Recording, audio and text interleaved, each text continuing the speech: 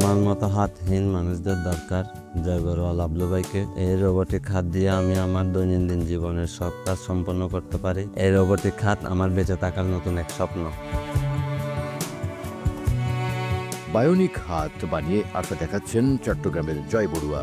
মাত্র 16 বছর বয়সে নিজের শোবার ঘর থেকেই শুরু হয়েছিল উদ্ভাবনী যাত্রা। পুরনো বৈদ্যুতিক যন্ত্রাংশ জোড়া লাগিয়ে তৈরি করেছিলেন প্রথম রোবট। জয় বড়ুয়া লাবলুর সেই ছোট্ট স্বপ্নের পরিণত হয়েছে একটি আন্তর্জাতিক স্বীকৃতিপ্রাপ্ত প্রতিষ্ঠানে।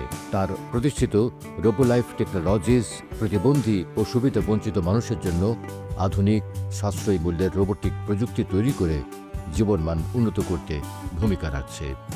আমাদের এখানে যে আর্টিফিশিয়াল হ্যান্ড তৈরি করেছে এবং আমাদের এখানে তার ইনোভেশনও আছে। সে মানবিক চিন্তা করতো সবসময় যে একজন মানুষের হাত নাই, তাকে যদি আর্টিফিশিয়াল হার্ট লাগানো যায় এবং হাতের মাধ্যমে যদি একটা অসহায় মানুষকে নতুন একটা জীবন দেওয়া যায়, সেই জায়গায় চিন্তা করে সে কিন্তু সারাক্ষণ এই রোবোটিক্স, এআই, তারপরে ড্রোন এগুলি নিয়ে শুরু করে থাকতো।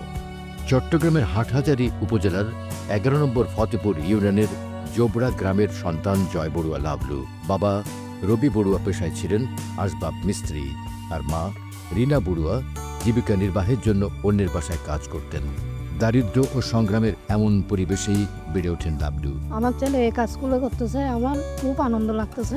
ছোটবেলা থেকে রোবোটিক্সের কাজ নিয়ে তার খুবই আগ্রহ ছিল। তাকে নিয়ে আমি গর্ব করি, কারণ অঙ্গহীন মানুষদেরকে রোবোটিক হাত সংযোজন করে দিচ্ছে, যেগুলো দিয়ে তারা তাদের প্রতিদিনের কাজ সম্পন্ন করছে।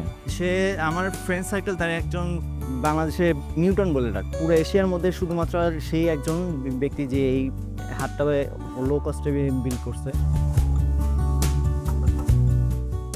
2017 সালে আমাদের গ্রামের একজন হাতহীন ভাইয়াকে দেখে এই ধরনের রোবোটিক হাত তৈরি করার চিন্তাভাবনা সর্বপ্রথম মনে জাগ্রত হয়।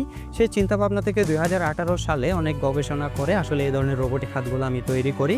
এর পরবর্তী সময়ে আমরা নার্ভ কন্ট্রোল এবং অটো কন্ট্রোল অনেক ধরনের রোবোটিক হাত তৈরি করি। সেই সকল হাত দিয়ে আমরা সাধারণ মানুষদেরকে রোবোটিক হাত সংযোজন করে দিচ্ছি। এ পর্যন্ত হাত হারানো শতাধিক ব্যক্তি উপকৃত হয়েছেন লাবলুর ওয়্যারলেস হাত ব্যবহারের মাধ্যমে।